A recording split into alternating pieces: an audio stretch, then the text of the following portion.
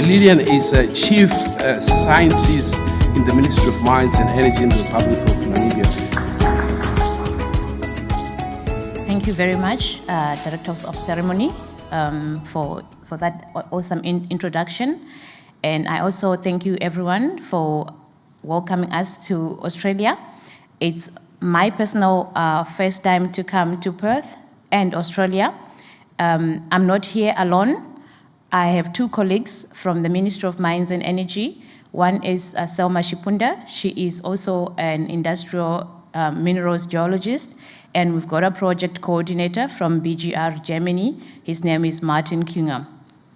As being introduced, my name is Lilian Ntema. I'm a chief geoscientist within the Geological Survey of Namibia, Economic Geology Division. My talk this afternoon is just to give you an overview of Namibia's mineral exploration potential, and I hope you get excited as we are Namibians for the opportunities that we're looking forward to in the future. The content of my presentation is why should you invest in Namibia? We'll look at the general setting of Namibia as a country and as an investment hub. We'll also look at Namibia's mineral potential.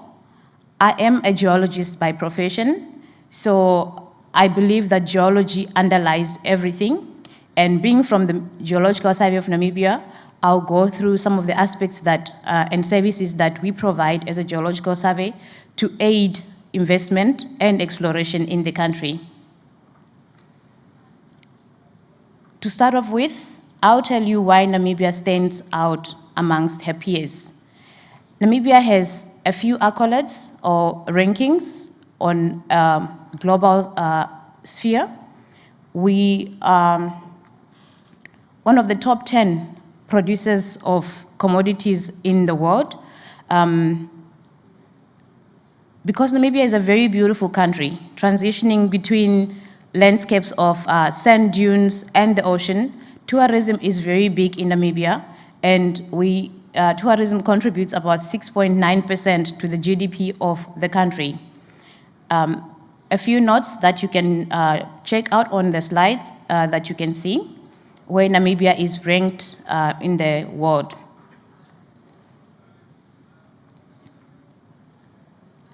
Key reasons to consider investing in Namibia.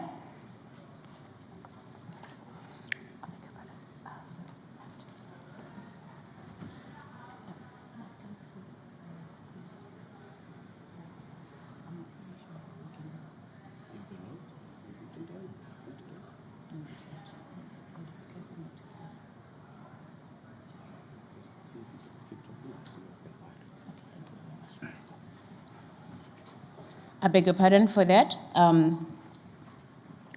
Key reasons why you should consider Namibia as an investment hub. We are a politically stable country. We have a diverse of commodities. I don't have a very good view of my slides on the screen, so please take comfort in reading through the slides, because you have a better view. But if you don't mind, I can also turn around and just talk through the slides. Our governance is very welcoming. We have a transparent governance. We have a good hold of democracy values. Namibia is a very safe country. There are no wars. We have transitioned between presidencies over the 3-4 terms, but there has not been any political uncertainty in the country. So this is a very safe space for you to do your exploration and invest your money.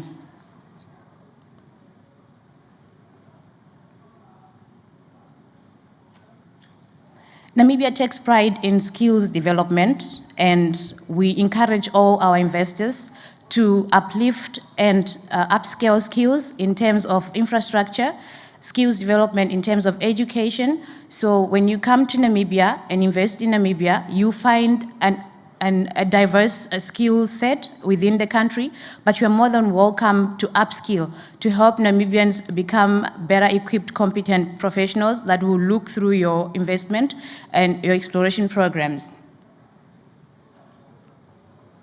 Namibia has an investment promotion and development board, NIPDB.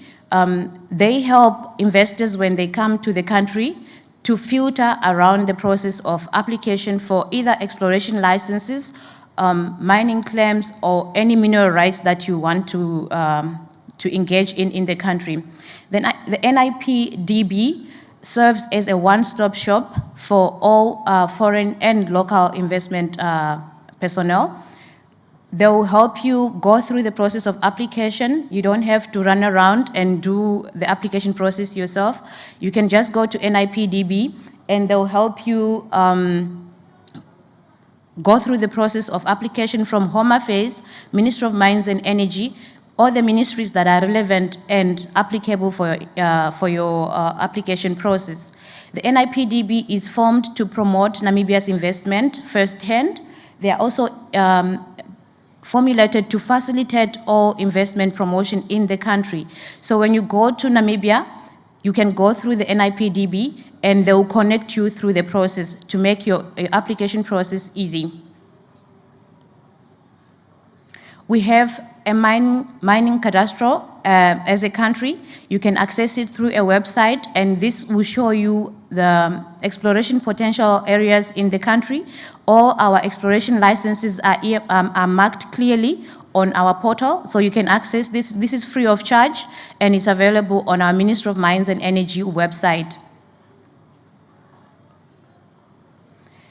Namibia, as I said, is a well-regulated country. Everything about exploration, mineral investment is governed through the Ministry of Mines and Energy. We do have a set of legislation that we respond to. On the screen, you will see that there are different types of licenses that you can apply for or that you can participate in Namibia. And the Ministry of Mines and Energy will help you through the process together with the NIPDB and the Geological Survey of Namibia. It's very important that when you go to Namibia or to any country, you familiarize yourself with the legislation in the country so that you operate within the specifications of that country. Namibia, we do have about 4 different types of licenses that you can apply for. You have a non-exclusive processing license, exploration license. You have an exploration prospecting license, EPL. The mining claims, I beg to correct myself, are mostly applicable to Namibian citizens. So all international investment or international exploration can apply for EPLs and non-exclusive EPLs. In case of interest in conducting reconnaissance studies, you can also apply for a reconnaissance license within the Ministry of Mines and Energy. These are some of the legislations that you have to adhere to. It's very important that all mining activities, all exploration activities adhere to environmental considerations, and these are the governing legislation that we have in place. Oh, thank you so much. Most importantly, when you apply for your EPLs, you have to conduct your environmental impact assessments, and you have to get environmental clearance certificates. Our governing legislation is Act 7 of 2007, the Environmental Management Act. I also would like to state that we do have a Chamber of Mines in the country. All mining activities, especially active mining, are supported and protected by the Chamber of Mines. So this is slide just to show you that we do have a Chamber of Mines and a Chamber of Mines organization that will safeguard your exploration activities and mining activities in the country. Mining is a very important aspect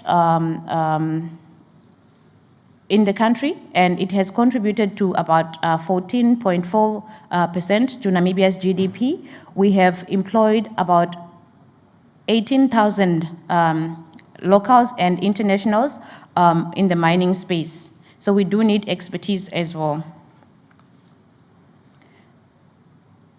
I have about 5 minutes, so I'll make use of my 5 minutes by just quickly going through the slides.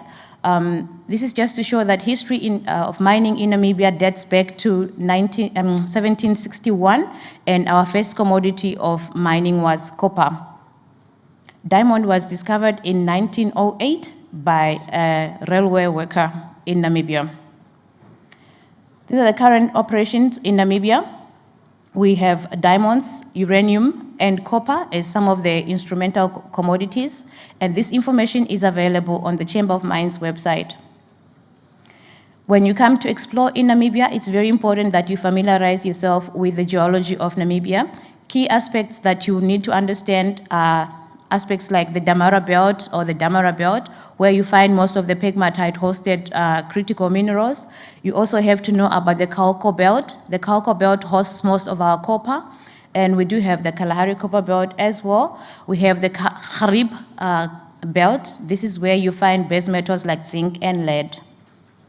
The major commodities in Namibia, like I've said already, diamonds, copper, and gold. Uranium is a big player as well.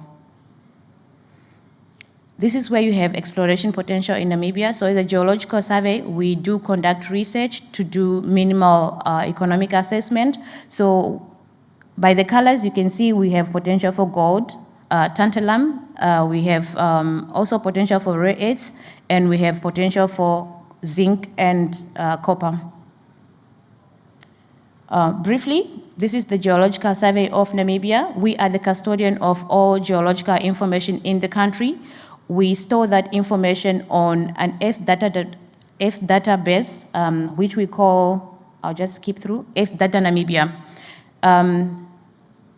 Should I slow down? Okay. The F Data Namibia database, we do have an interface that we input and populate all the exploration reports. So if you require any information on an EPL that has already been looked at, that information will be housed at the Ministry of Mines and Energy within the Geological Survey. You pay a minimal fee, about $1 for a report, and only for relinquished licenses. So this information is available at the Geological Survey of Namibia. We also have a good pool of exploration maps. We also have a good pool of geophysical data. Baseline data that can assist you to look through your exploration EPLs. This is an interface that you can interact with as a client. It doesn't interfere with the work behind the scenes. So on this website, you can on this portal, you can actually get to see what commodities are in what EPLs once you have looked at it on your mining cadastral portal. Some of our functions as economic geology, I would mention, maybe summarize this because I've got about a minute left, is that as a geological survey, economic geology, we have published or conducted a few research programs, and we do have products that are available for free of charge. We've done a lithium study, we've done a feldspar study, we've also done a clay study, and we've looked at dimension stones in Namibia. This is information that is readily available to all our clients and potential investors. We have done fact sheets for all critical minerals, and that information is also available to you at handout, and it's for free of charge.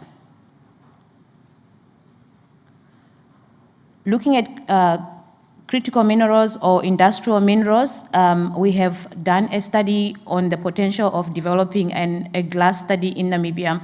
In the meantime, all glass-making products are imported, but we have done a study to establish that we can use all these resources that are available to produce glass in Namibia.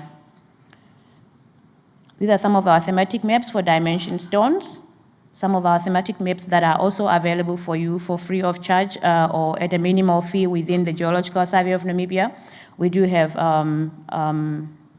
pegmatite-hosted deposits that are very critical for your lithium, cobalt, and tantalite, and tantalum, tin and tantalum deposits. I'm looking at my time, and maybe just go through a few slides. The future looks very bright for Namibia. We do have a vast diversity of natural resources. We do have capacity to generate green hydrogen in the country. And some of the strengths that are listed there are very critical for Namibia. Namibia is a semi-arid country, so we do have enough sun, we do have enough wind to help us generate green hydrogen.